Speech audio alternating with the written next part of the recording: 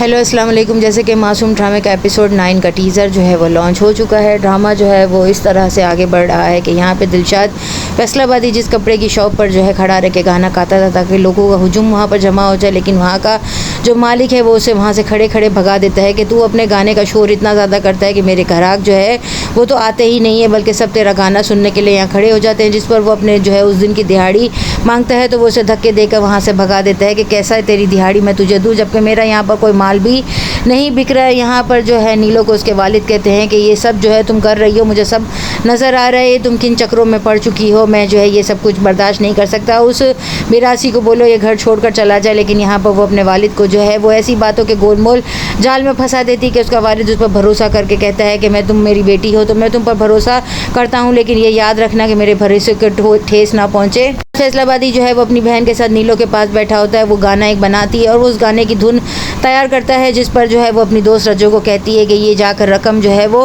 तू दिलशाद को दे और ये कहे कि मेरा चचा जो है वो तुमसे गाना गवाना चाहता है। यहाँ पर वो गाने की रिदम खुद बनाकर देती है, जिस पर वो गाना तैयार करता है और नीलो को सुनाने के लिए उसके कमरे में आता है। नीलो जो है उसके कमरे में जाकर उसका गाना सुनती है और फिर वाह वाह करती है। यहाँ पर जो है दिलशाद को जब उसकी बहन के ज़रिए और रज्जो के ज़रिए पता चलेगा कि ये रकम जो है वो नीलो ने जो है अपनी माँ से चोरी करके दी है तो वो बहुत नाराज़ होगा और उसकी माँ के हाथ पे वो रकम रख देगा। यहाँ पर उसकी माँ अपनी बेटी को डांट रही होगी कि ये तू किसके चक्रों में पड़ गई हो, तू रकम किसको देकर आई है। दिलशाद उनसे माफ़ी मांगते हुए कहेगा अगर मुझे पता होता कि नीलो ने ये रकम आपसे ली है तो मैं कभी भी ना लेता, हम इज़्ज़तदार लोग हैं, हम इस तरह की चोरी डकैती नहीं अफोर्ड कर सकते। वो अपनी बहन पर भी हाथ उठा लेगा, जिस पर वो जो है गुस्से से डर जाएगी। यहाँ पर जो है मिरासी से बिलोंग रखने वाला दिलशाद जो है उसकी बहन जो है जाकर नीलो के वालिद से उसका रिश्ता मांगेगी, जिस पर वो गुस्से में कहेगा कि अकबर आला आबादी की बेटी का रिश्ता एक मिरासन मांगेगी, जा निकल जा, दफ़ा हो जा मेरे घर से। जिस पर नीलो भी कुछ नहीं कर सकेगी और ना ही दिलशाद कुछ कर सकेगा। दिलशाद को जो है वो नीलो कहती है कि मैं तुम्हारी मोहब्बत में पड़ गई हूँ, शादी से पहले कभी भी लड़की को